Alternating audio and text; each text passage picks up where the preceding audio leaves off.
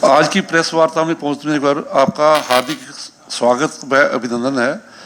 आज हमारे बीच हमारे प्रदेश के प्रदेशाध्यक्ष श्री ओम प्रकाश धनखड़ जी हमारे बीच में मौजूद हैं और हमारे साथ हिसार के सांसद चौधरी ब्रजेंद्र सिंह, जिलाध्यक्ष कैप्टन भूपेंद्र जी और हमारे प्रदेश के सह मीडिया प्रमुख अरविंद सैनी जी हमारे बीच में मौजूद हैं। और हम अध्यक्ष जी का प्रेस वार्ता में पहुंचने पर मीडिया विभाग की तरफ से स्वागत करते हैं और अध्यक्ष जी से अनुरोध भी करते हैं कि अपनी बात को रखें। हिसार बहुत ही ऊर्जावान शहर है और मेरे लिए तो यहाँ का मीडिया भी और यहाँ की जो मैं कहूँगा कि लोग मेरे बचपन से जो कार्यक्रम मैंने किए उसमें हिसार का बहुत बड़ा योगदान रहा है। 88 में हमने छात्र पंचायत की थी, KN गोविंदाचार्य जी उसमें थे और मैं कहूँगा कि बहुत बड़ा उस समय छात्रों का कार्यक्रम हुआ था। 91 में हमने अखिल भारतीय विद्यार्थी परिषद की राष्ट्रीय कार्यकारिणी की बैठक की थी पहली बार हरियाणा में पंचायत भवन में। उस समय भी मीडिया ने बहुत उस समय अच्छा और लोगों ने भी उसको सफल बनाने में, तो कोई भी हमको जब अच्छा बड़ा सा कार्यक्रम करना होता है और एक पॉजिटिव ऊर्जा के साथ करना होता है तो हिसार इसके लिए प्रमुख शहर है। हमारी प्रदेश कार्यकारिणी बैठक भी भिवानी से पहले वाली हिसार में थी, इसी परिसर में थी और आज हमने यहाँ 4 लोकसभा क्षेत्रों के 1620 हमारे शक्ति केंद्र हैं। हर 5 बूथ पर हमने एक शक्ति केंद्र बनाया है, उसका एक प्रमुख बनाया है, उसके सह प्रमुख भी बने हैं, उनके प्रमुखों को यहाँ बुलाया है। ये जो संख्या हमारी 129 हमारे मंडल हैं और ये 10 जिलों में पड़ते हैं। इन सबको आज यहाँ आमंत्रित किया, जिसमें मंडल के अध्यक्ष भी हैं, मंडल के प्रभारी भी हैं, हमारी प्रदेश कार्यकारिणी में से एक सदस्य मंडल का पालक होता है वो भी हैं और उससे ऊपर जो प्रदेश कार्यकारिणी के माननीय सदस्य, इस इलाके के विधायक जो इस 4 लोकसभा में हैं, यहाँ के चारों सांसद, इस क्षेत्र में रहने वाले राज्यसभा के सांसद और हमारे जो सीनियर लीडर हैं पार्टी के कोर ग्रुप में हैं, रामविलास जी, कैप्टन अभिमन्यु जी, वो सब भी आज के इस कार्यक्रम में उपस्थित हैं। माननीय मुख्यमंत्री जी आज दोपहर तक इस कार्यक्रम में उपस्थित थे, उनका अपना उद्बोधन हुआ सरकार की योजनाओं को लेकर और सुबह से ही हमारे प्रभारी आदरणीय विप्लव देव जी हमारे बीच में हैं और शाम की चाय तक हमारे बीच में रहेंगे। उनका उद्बोधन आखिर में समारोह के रूप में होने वाला है। बीच में एक उद्बोधन हमारे राष्ट्रीय सचिव अरविंद मेनन जी आए हैं, उनका हुआ है। हमारी पार्टी आजकल अपना सारा काम डिजिटली कर रही है।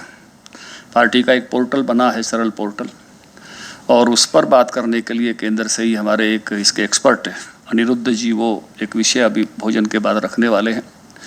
यहाँ जो शक्ति केंद्र के प्रमुख हमने सब बुलाए, ये इन सब का भी डिजिटल रिकॉर्ड तैयार हुआ। सबकी हाजिरी भी QR कोड से लगी है, सबके फ़ोटो, सबके नंबर वेरीफाइड हैं, किसी एक का भी आई कार्ड यहाँ नहीं बनाया गया। ये हमारे लिए एक प्रयोग भी है, क्योंकि हम संगठन को देश से प्रदेश, प्रदेश से जिला, जिला से मंडल, मंडल से शक्ति केंद्र, शक्ति केंद्र से बूथ और बूथ से पन्ना, यहाँ तक 6 अप्रैल तक हमने इसको ले जाने का लक्ष्य रखा हुआ है। हमारे पहले से बूथ पर त्रिदेव पहले से बने हुए और अभी पन्ना प्रमुख बनाने का हमारा काम चला हुआ है। लगभग हमारा ये काम 60% पूरा हो गया है। कुछ विधानसभाओं ने पहले से पूरा किया है, यमुनानगर, जगाधरी, सढौरा और अम्बाला शहर। इन्होंने अपने काम को पूरा करके अपनी कार्यशालाएं भी संपन्न कर ली हैं, क्योंकि जो भी पन्ना प्रमुख बनेंगे 3,500 के आसपास होते हैं मोटे तौर पर, कहीं थोड़े ज़्यादा कहीं कम हो सकते हैं बूथों की संख्या के हिसाब से, वोटर लिस्ट के पन्नों के हिसाब से। इनकी कार्यशालाएं संपन्न हो चुकी हैं, बाकी सबकी कार्यशालाएं भी संपन्न होनी है।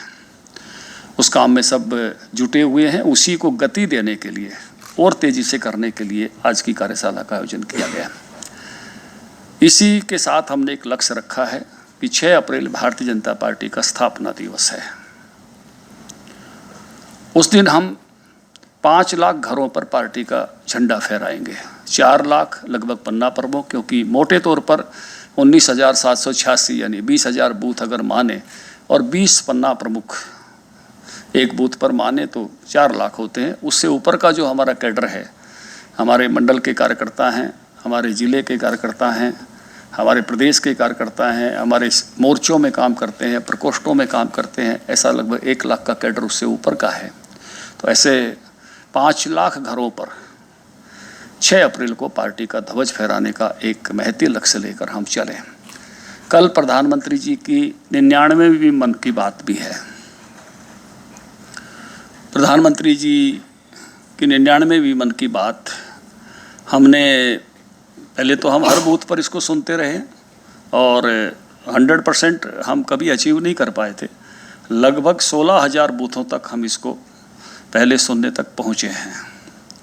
अभी इसमें भी एक नया लेवल आया है कि हम जो भी मन की बात सुने उसको भी डिजिटली अपलोड करें।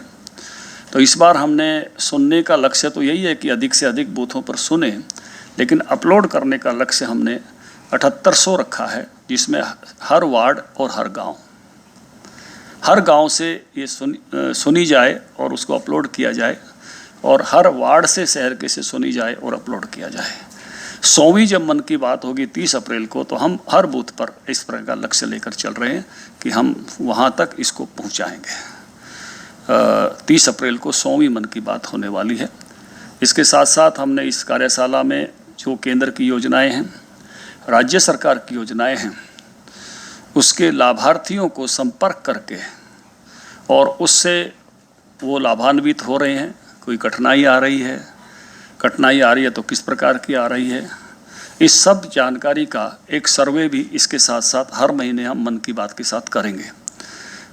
बहुत बड़ा नहीं रखेंगे, हर बूथ पर 10 लोगों से किसी एक प्रकार के लाभार्थी का प्रत्येक महीने में 2 लाख लोगों को अलग अलग प्रकार के लाभार्थी, जान लो चिरायु कार्ड है, आयुष्मान कार्ड है, या उज्ज्वला गैस के लाभार्थी हैं, किसान सम्मान निधि के हैं, जो अलग अलग प्रकार के चीज़ें पहुंचाई हैं केंद्र और राज्य सरकार ने, ऐसे 2 लाख लोगों से हर महीने फीडबैक लेना, और उस फीडबैक को फिर हम जहाँ केंद्र की स्कीम है तो केंद्र को, राज्य की स्कीम है तो राज्य को पहुंचाएंगे कि किससे उसमें और बेहतरी की तरफ बढ़ा जा सकता है। इसी कार्यक्रम के निमित्त, इसी को एक तरह से स्वरूप देने के लिए आज का हमारा ये शक्ति केंद्र संगम है, जिसमें सब पार्टी के दिग्गज जुटे हैं और पार्टी का शक्ति केंद्र तक का कैडर इसमें जुटा है। सर, बीजेपी ने चुनाव को लेकर अभी से ही तैयारियां शुरू कर दी है। 2024 में बीजेपी और जेजेपी क्या गठबंधन से लड़ेगी लोकसभा और विधानसभा? अभी तो दोनों दल अपने अपने हिसाब से लगे हुए हैं। हम भी यही कहते हैं कि हम 10 के 10 सीटों पर जीत कर आएंगे, और जेजेपी भी यही कहती है कि डिप्टी हटा दो। वो भी अपनी तैयारी पर लगे हैं। जब कोई वक्त आएगा, कोई विषय होगा तो आपसे साझा करेंगे। अभी तो अपने अपनी तैयारी में दोनों दल लगे हैं। सर, प्रदेश में ओलावृष्टि से फसल नुकसान हुआ है किसानों का, तो ऐसे में अब कोई केंद्र से कोई पैकेज दिलवा रहे हो? देखिए, मुझे लगता है कि हरियाणा सरकार इस मामले में सबसे संजीदा है, और मुझे इस बात का मतलब सुख भी है, या मैं कहूँ कि एक जो ये शुरू कर पाए उस समय 12,000 रुपये प्रति एकड़ हम डिजास्टर मैनेजमेंट का कंपनसेशन शुरू कर पाए। जब 2015 में ओलावृष्टि हुई थी सरकार बन के बाद, जो पहली फसल आई थी, आपको ध्यान होगा, सबसे बड़ा कंपनसेशन दिया था। उसके बाद सफ़ेद मक्खी आ गई थी उसी अगली फसल पर, कपास की पे। तब अभय सिंह जी ने कहा था कि आपने इस पे तो बांट दिया, आगे कहाँ से दोगे? और सवाल सीधा मुझसे था, मेरे पास कृषि मंत्रालय भी था, थोड़ी मुझे चिंता भी हुई क्योंकि डिजास्टर मैनेजमेंट का फंड हमारे पास था उस समय बांटने के लिए, तो 960 करोड़ रुपया हमने सफ़ेद मक्खी का भी दिया। लेकिन बाद में लगा कि लगातार अगर इतनी राशि होनी है तो कोई और रास्ते भी होने चाहिए, तो हमने एक हरियाणा के लिए एक प्रस्तावित योजना फसल बीमा की बनाई और उसी को प्रधानमंत्री जी के हमने यहाँ निवेदन किया। आज मुझे प्रशंसा करनी पड़ेगी, अरुण जेटली जी अब यहाँ नहीं हैं इस धरती पर, उन्होंने मुझे बुलाया, उन्होंने कहा कि इस विषय पर अब आप बात नहीं करेंगे, हम इसको पूरे देश में लागू कर रहे हैं और फसल बीमा योजना लागू हुई। और आज जो डिजास्टर मैनेजमेंट का फंड है और फसल बीमा दोनों मिलाकर 8800 करोड़ से अधिक लगभग मुआवजा मिल चुका है। 1100 करोड़ रुपया औसत सालाना पड़ता है, जबकि इससे पहले की 10 साल की सरकार में 1 साल के इसके उससे भी कम था, 1100 करोड़ से भी। तो मतलब एक मुझे ये बात कहने में मेरी कई भाषण या फ़ोटो बहुत वायरल हुए, इसमें से एक रेवाड़ी का भाषण था कि ओले पड़ेंगे तो सरकार के खजाने पर पड़ेंगे, लेकिन अब मैं कह सकता हूं कि सरकार उस बात को बड़ी संजीदगी से लेती है। स्पेशल गिरदावरी हो रही है, आज सबका कंसर्न था, यहाँ कार्यकर्ताओं का भी और नेताओं का भी, तो उस नाते से किसानों को चिंता नहीं करनी चाहिए। मतलब बीमा कंपनियों को भी पूरी संजीदगी के साथ लगाया है और जो है डिजास्टर मैनेज जिनका बीमा नहीं है उनको डिजास्टर मैनेजमेंट के फंड से भी वो अब 15,000 हो गया 12 का भी, तो सबको कंपनसेट सरकार करने के लिए पूरी तरह से तत्पर है। मैं एक निवेदन आपके माध्यम से ज़रूर करना चाहूँगा कि जिनको डिजास्टर मैनेजमेंट से मिलना है वो पटवारियों के माध्यम से अपना सर्वेक्षण जो है ज़रूर हो जाए, वो उनका वो चढ़ जाए पोर्टल पर भी, क्षतिपूर्ति वाले पर, और सरकार उस बात की गौर कर लेवे, क्योंकि जिनका चढ़ता है उनको मिलता है।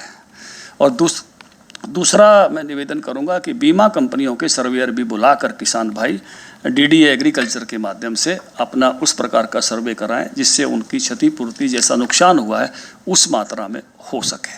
राहुल गांधी की लोकसभा सदस्यता को रद्द कर दिया गया, कांग्रेस पार्टी कह रही है कि लोकसभा सदस्यता को रद्द कर दिया, राहुल गांधी की आवाज को दबाया नहीं जा सकता। मैं ये कहना चाहूँगा कि एक तो इस विषय में इसको पूर्णता के साथ देखना चाहिए। आजम खान, उनके बेटे विक्रम सैनी, हमारे यहाँ भी कालका के विधायक की सदस्यता चली गई थी, इसने हाई कोर्ट ने उनको राहत दी तो फिर बहाल हुई, आपको पता है पत्र उनका निकल गया था। अब ये भारत में विधान बना है और इस विधान को 2 साल का होने में राहुल गांधी जी का भी बड़ा योगदान है। जब मनमोहन सिंह जी इसको 6 साल कर रहे थे तो राहुल गांधी जी ने कागज़ फाड़ा था, तब उनको ध्यान में नहीं होगा कि ये बात कहीं कभी जीवन में उन पर भी आ जाएगी। उन्होंने 2019 में कोलार में जो भाषण दिया, क्योंकि भारत की जो सामाजिक व्यवस्था है उसमें सरनेम बहुत महत्वपूर्ण है, उसमें सामाजिक समूह बहुत महत्वपूर्ण हैं, और किसी सारे को अगर आप किसी व्यक्ति को कहने के लिए किसी सारे को आप आरोपित करते हो या गलत कहते हो तो उसका बुरा माना जाता है। इसलिए उनको मौका भी दिया न्यायालय ने बार बार कि भाई आप माफ़ी मांग लीजिए, आप महसूस कर लीजिए, आप खेद व्यक्त कर लीजिए, लेकिन उनके अहंकार ने उनको माफ़ी नहीं मांगने थी। अभी भी जो कैम्ब्रिज में वो जाके बोले, देश का बहुत बड़ा समूह ऐसा मानता है कि उन्होंने गलत किया है, लेकिन उनका अहंकार उनको माफ़ी नहीं मांगने दे रहा। तो मुझे लगता है कि ये जो निर्णय है संसद से, ये तो केवल कारण का परिणाम है। उनको सज़ा हुई 2 साल की तो ये हुआ है, नहीं होती तो नहीं होता, इसमें तो किसी की भूमिका नहीं है। लेकिन ये ज़रूर लक्षित होता है कि भिन्न भिन्न बातों पे देखो, नेताओं से गलतियां हो जाती हैं, बहुत बार शब्द ऐसे निकल जाते हैं, लेकिन उनकी संजीदगी इसी में रहती है कि तुरंत समाज के किसी वर्ग को ठेस पहुंची है तो वो तुरंत महसूस करते हैं। और कई बार तो उनके शब्द ठीक होने के बाद भी अगर कोई महसूस कर जाता है तो भी महसूस करते हैं कि किसी को गलतफहमी मेरे शब्दों से हुई है, तो मैं इसके लिए क्षमा प्रार्थी हूँ। इससे व्यक्ति बड़ा बनता है, वो बहुत बड़े नेता हैं देश के, बहुत बड़े जाने माने परिवार से आते हैं, इससे कद घटता नहीं, इससे उनका बढ़ने वाला था, लेकिन उनकी ईगो ने, उनकी एरोगेंसी ने चीज़ों को यहाँ तक पहुँचा दिया। कांग्रेस पार्टी इसलिए बहुत ज्यादा उम्मीदें इस बार अपने लिए लगा रही है, क्यों लगता है कि 10 साल के राज के बाद एंटी इनकम्बेंसी का सामना बीजेपी और जेजेपी को करना है? देखिए, पवन खेड़ा जी वाले पर वो 15 मिनट में कोर्ट पहुँचते हैं, और यहाँ जो है 24 घंटे बीतने पर भी नहीं जाते। क्यों नहीं कांग्रेस गई? जाती हाई कोर्ट में, दरवाज़ा खटखटाती, उनको स्टे मिल जाता तो उनकी सदस्यता भी नहीं जाती। साहब सरपंच आज भी विरोध कर रहे हैं, टेंडरिंग का मुद्दा काफी अभी भी चल रहा है, कुछ कहना चाहेंगे? देखिए, मुझे इस पर जो ये 20 लाख रुपए सरपंच खुद खर्च करें, ये पंचायत मंत्री के नाते मेरा ही निर्णय था। मेरे से पहले कांग्रेस पार्टी 5 लाख रुपए व्यय करने का अधिकार उनको देती थी। हमने पढ़ी लिखी पंचायत बनाई और उनको 20 लाख रुपए खुद खर्च करने का अधिकार। लेकिन उसमें भी मैं आपको बताना चाहता हूं कि खुद का मतलब ये नहीं था कि वो सारी चीज़ों के रेट वो तय करते थे। रेट डिप्टी कमिश्नर की कमेटी तय करती थी कि मिट्टी किस भाव लेनी है, अगर गिरनी है तो ईंट का क्या भाव रहेगा, सीमेंट का क्या भाव रहेगा, लेबर के क्या पैसे देने हैं। केवल सरपंच को व्यक्ति चुनने का हक था कि वो काम किसको दे दे। एक सुनते जाइए, आगे बढ़ते चले जाइए, जिस पर सवाल किया है इस पर। तो अभी क्या हुआ है कि हर क्षेत्र में पहले टेंडरिंग शुरू हुई और टेंडरिंग के बाद फिर उसको फैसलेस करने के लिए ई टेंडरिंग शुरू हो गई। अब हर डिपार्टमेंट में ई टेंडरिंग है। तो उसी में से सरकार का एक इस प्रकार का निर्णय आया कि ई टेंडरिंग करें। पावर तो 25 लाख की है, केवल इतना ही किया कि उसको ई टेंडरिंग से देंगे तो उसमें से ये हो सकता है कि 10 लाख का जो कोई काम था 9.5 में करने वाला आ जाए और पंचायत के पास और 50,000 रुपये शायद बच जाएं। लेकिन जब चेंजेज आते हैं, देखिए चेंजेज हर क्षेत्र में आते हैं। आपका भी मुझे ये समय याद है मीडिया का कि पत्रकार खबर लिखता था, फोटोग्राफर से फ़ोटो लेते थे, चंडीगढ़ की बस में दे के आया करते। फिर मुझे वो समय याद है जब तार घर में बैठे होते थे। फिर मुझे याद है जब फैक्स आए, जिला केंद्रों पर फैक्स दिए गए। हमारे कई साथी जो है वो दुखी थे कि उससे निचले स्थानों पर फैक्स नहीं मिले। मुझे ये कहने में भी कोई अतिशयोक्ति नहीं है। चरखी दादरी जिला बनाने की मांग जागरण का फैक्स जो है दादरी में नहीं मिला था, उसके कारण से शुरू हुई। सुरेश जी ने कहा कि भिवानी फैक्स मिल गया। सुरेश गर्ग जी हमारे पूरे सीनियर पत्रकार हैं, तो मैंने कहा अपन अपना ज़िला बना लेते हैं कि ज़िले में दे रहे हैं। तो वहाँ से हमने शुरू किया। आज सौभाग्य से दादरी चरखी दादरी ज़िला है और मैं उस कमेटी का चेयरमैन था। मुझे वो मौका मिला चरखी दादरी को ज़िला घोषित करवाने का।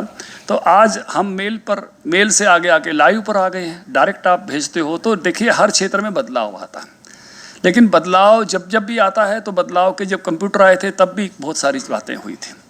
बदलाव और जो पुरानी स्थिति है इसके संतुलन के साथ आगे बढ़ना पड़ता है। इसलिए सरकार ने थोड़ा लचीलापन दिखाते हुए 2 से 5 किया है। मुझे लगता है संवाद और वार्ता जारी रखनी चाहिए और सबको अपनी अपनी बात कहने का हर वर्ग को हक होता है। इसलिए मैं किसी भी बात को कहने के हक से कभी वंचित करने का मैं हकदार नहीं रहा। लेकिन सरकार को हर विषय का संतुलन देखना होता है, ये सरकार का भी हक होता है। सर, हरियाणा के एकमात्र दूरदर्शन के अंदर हिसार को जो स्थानांतरित किया गया, उस पे आपकी सरकार का अब जो लगातार आंदोलन चल रहा है, उस पे क्या स्थिति? हमारे सांसद जी बहुत ज़ोर से उस विषय के लिए लगे हैं और मैं इनके प्रयासों की सराहना करता हूँ। और निश्चित रूप से जो एक हमारी पहचान था, ये मैंने भी कई बार यहाँ से रिकॉर्डिंग कराई। चुनाव के समय मौका मिलता था, 15-15 मिनट रिकॉर्डिंग के स्लॉट मिलते थे हर पार्टी को। तो ये ऐतिहासिक उस तरह की बात है। निश्चित रूप से मुझे लगता है कि सांसद जी लगे हैं, ब्रजेंद्र जी, तो इस विषय में ज़रूर कोई ना कोई जो है उसमें निर्णय अपने पक्ष में करा पाएंगे। कांग्रेस पार्टी को जिस एंटी इनकम्बेंसी की उम्मीद फायदे के रूप में दिख रही है, आपको कुछ ऐसा? देखिए, भारतीय जनता पार्टी जो है वो इनकम्बेंसी एंटी के बजाय इनकम्बेंसी पर काम करती है। 27 साल बाद भी अगले 5 साल का जनादेश सीटें बढ़ाकर हमने गुजरात में लिया है।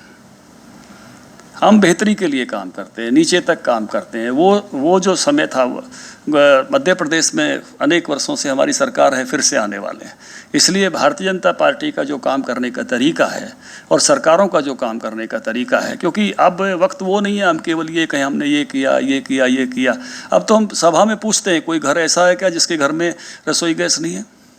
सभा में पूछते हैं, डिलीवरी देते हैं, होम डिलीवरी देते हैं। हम पूछते हैं कि हर घर में नल से जल पहुंचा है क्या? हम पूछते हैं कि आपको 2 वैक्सीन लगी हैं क्या?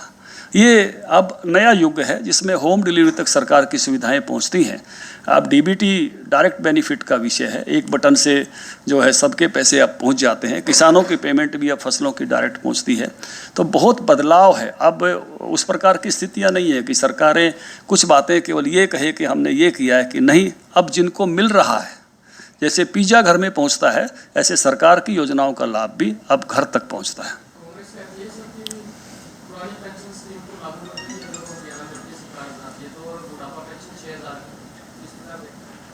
देखिए, विपक्षी दलों ने ज़रूर बात करनी चाहिए और जो मैं कहूँगा कि किसी भी प्रकार के ऐसे समूह होते हैं जिनको अपने अपने हित की बात करनी होती है उनको हमेशा ही करनी चाहिए। वो अपने अपने पक्ष रखना ये समाज में, लोकतंत्र का यही सौंदर्य है।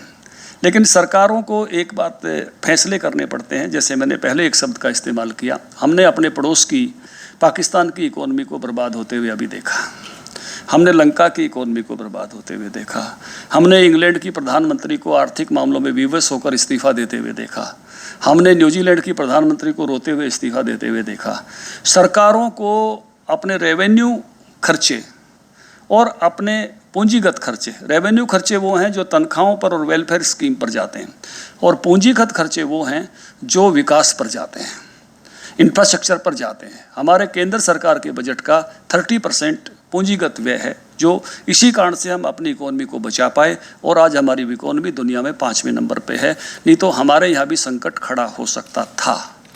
और इसी प्रकार से हरियाणा में भी 31% पूंजीगत व्यय है। पंजाब की इकोनॉमी हमारी तुलना में कमज़ोर हो गई है, कुल बजट राशि भी कम हुई है, पूंजीगत व्यय उनका पिछली बार 9% था, तो इसलिए उनका वो कम होता जा रहा है। इसलिए दोनों चीज़ों में देखिए सबको मिलना चाहिए, इसमें कोई आपत्ति नहीं है, लेकिन संतुलन कि हम वर्तमान भी देखें और भविष्य भी देखें। क्योंकि ये कहते हैं जब उपभोक्ता को, कंज्यूमर को डायरेक्ट पैसा मिलता है तो 3 बार घूमता है। अर्थशास्त्री ज़्यादा बताएंगे, जब कहीं इन्वेस्टमेंट होती है, इंफ्रास्ट्रक्चर पर खर्च होता है तो 7 बार घूमता है। इसी से इकोनॉमी मजबूत रहती है। हमसे ऊपर के 4 देशों की अर्थव्यवस्थाओं में ग्रोथ रेट 1.5 से 2% है। हमारी अर्थव्यवस्था की ग्रोथ रेट सौभाग्य से 6% है। और अभी इसी प्रकार से अगर हम चलते रहे और वो उसी प्रकार से चलते रहे तो 5वें से 4थे पायदान पर आ सकते हैं, जापान को भी पीछे छोड़ सकते हैं। तो हमने दोनों चित्र देखने पड़ेंगे कि लोगों को लाभ भी मिले, जरूर मिले, और लेकिन देश की यानी मैक्रो इकोनॉमी भी मजबूत रहे और लोगों की माइक्रो इकोनॉमी भी मजबूत रहे। सर, तलवंडी राणा के जो लोग हैं लगभग 50 दिन के करीब उनको धरने पर बैठा हुआ हो गया है, लेकिन उनके रास्ते को लेकर आज भी शायद मुख्यमंत्री से मिलना भी था उनको, उसको लेकर रास्ते का कोई हल निकला है सर अभी तक? नहीं, मुझे व्यक्तिगत रूप से जानकारी नहीं है। मैं ज़रूर, हमारे कई मंत्रीगण अभी हैं और जो भी कोई उनके समाधान की बात होगी मैं उसमें मदद करूँगा। भाजपा के कुछ कार्यकर्ता नाराज है कि उनके काम नहीं हो रहे हैं। आज भी ये मुद्दा सीएम साहब के सामने उठा है। उनका कहना है कि अब मुख्यमंत्री जी ने आज घोषित रूप से कल से परसों से कि सबसे ज़्यादा समय अब जनता को देना है। कार्यकर्ता अगर जनता की बात को लेकर आए तो उसको देना है। यहाँ भी उन्होंने हाउस में कहा है और आज हिसार के अधिकारियों को भी कहा है। आज के अमर उजाला में भी बड़ी खबर है, उन्होंने प्रदेश भर के डिप्टी कमिश्नर्स की मीटिंग में भी ये कहा है। विधानसभा और लोकसभा के चुनाव क्या एक साथ कराने जा रहे हैं? ये निर्णय तो केंद्र सरकार का होगा, उसमें तो निर्णय प्रदेश सरकार या प्रदेश संगठन नहीं करता है। लेकिन हम अच्छी तरह से तैयारी में हैं। संगठन पूरी तरह से, मैं कहूँगा कि कांग्रेस का संगठन तो अभी प्रदेश का ही नहीं बना है, क्योंकि एक अध्यक्ष को तो उन्होंने लठिया के उतारा था और दूसरा अध्यक्ष को उन्होंने कार्यकारिणी नहीं बनाने दी। तीसरे अध्यक्ष भी अभी 3-4 बार घोषणा कर चुके हैं, अभी आएगी, अभी आएगी, अभी आएगी, लेकिन वो आ नहीं रही है। वो जब प्रदेश में नहीं है और हम पन्ने पन्ने तक पहुंच रहे हैं, तो मुझे लगता नहीं कि जो हमारे सामने हैं उनकी तैयारी तो कुछ उस प्रकार की लगती नहीं है। वो केवल कुछ नैरेटिव और कुछ आंदोलनों पर आगे बढ़ने की कोशिश कर रहे हैं। लेकिन भारतीय जनता पार्टी संगठन के सामर्थ्य पर और सरकार की उपलब्धियों पर आगे बढ़ेगी। धन्यवाद।